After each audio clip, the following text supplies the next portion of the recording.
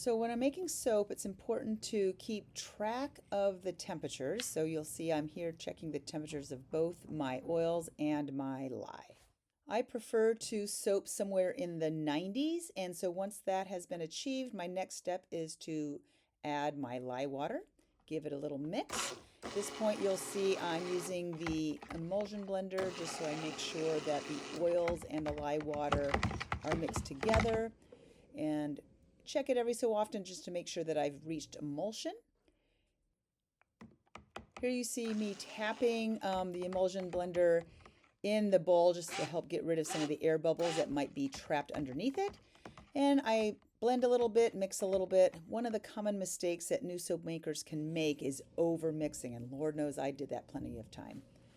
I wanted to make 3 different colors of this soap, so here I'm adding a little bit of black mica into a sectioned off portion of the batter, mixing it up so it's thoroughly blended.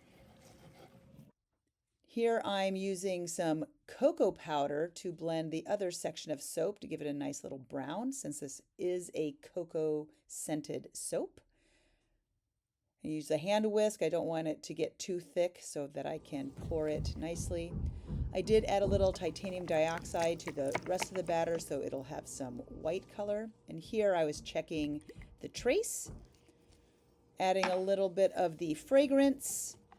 Oh, interesting. And now for the pour. So I started by adding a little bit of the white soap to the base and opted to do an in the pot swirl. So I just alternate the colors from various heights. If you pour higher, the soap penetrates more into the soap batter. Lower, the soap will sit more on top. As you can see here, when I pour the white soap a little closer, you can see how it sits a little bit more on the top. But I love how it helps create natural swirls within.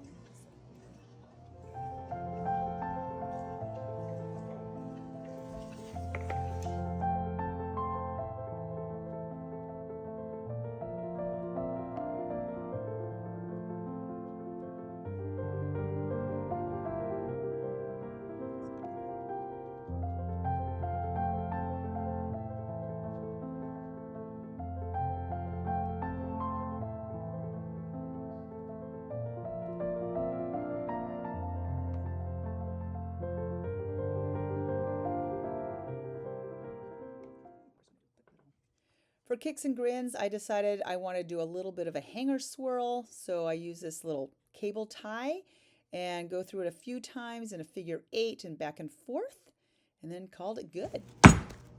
Tapped it on the table to get rid of any extra air bubbles, try to smooth out that top layer of white soap. Come back in with some black and brown. And finally use my dedicated chopstick to give it a little back and forth figure 8 swirl. Danger is to over swirl, but I was pretty happy with how this worked out.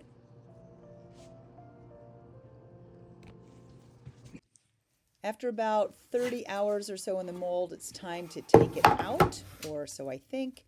And you'll see when I peel back the mold that the corners are a little messed up. So this probably could have set just a little while longer.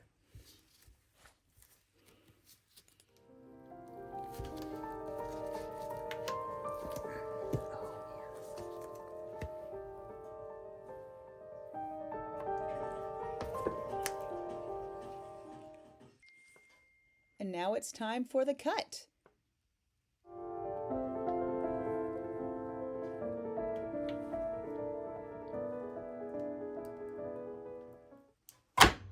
I just love that sound. It's so satisfying. Ooh. And you can hear that I was audibly pleased with how this cut turned out. I'm really happy with the in the pot swirl and the decision to use the hanger swirl at the end. The cool thing about handcrafted soap is that every bar is unique, and that's just part of the fun. You know, you never know exactly what it's going to look like until the cut. And now it's off to the curing rack. But before I do this, I like to add my little signature logo for AK Elemental using the 3D printed stamp made by my hubby. And there you go. Off to the curing rack it goes.